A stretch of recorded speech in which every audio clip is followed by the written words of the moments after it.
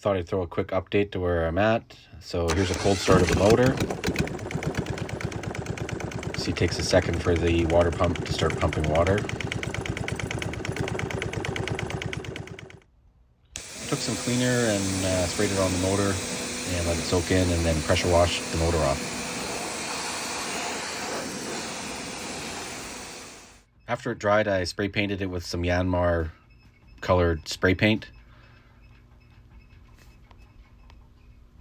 I used 2 come-alongs and a steel pole to get the motor back into the boat.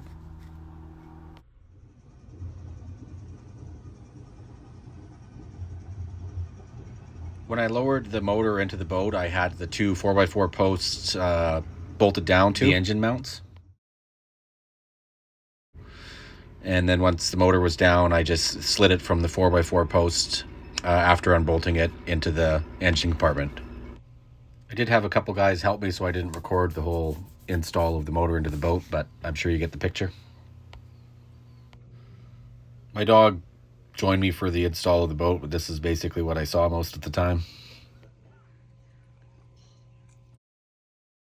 This is what the motor looked like once it was taken off the 4x4 post and put onto the mounts.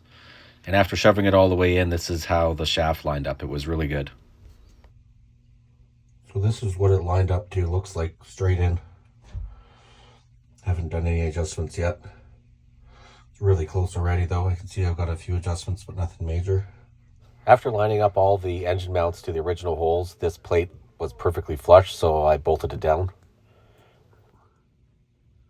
I hooked up the controls.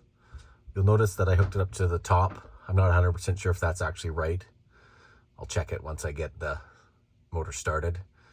But one will be hooking the one cable up to the top is forward and reverse a certain way, and then hooking it up to the bottom is forward and reverse the opposite way. So if you hook it up wrong, just switch it.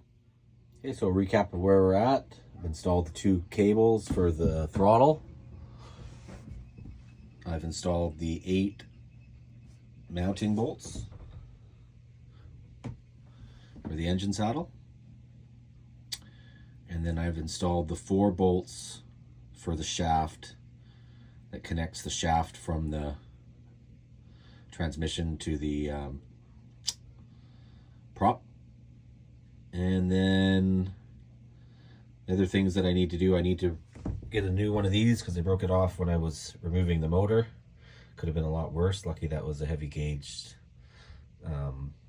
valve, and it was a plastic piece, so the plastic piece broke off. I'm gonna have to get a new one of those, and then I'll hook up the coolant water, and then still got to hook up the fuel lines, and I've still got to hook up the exhaust.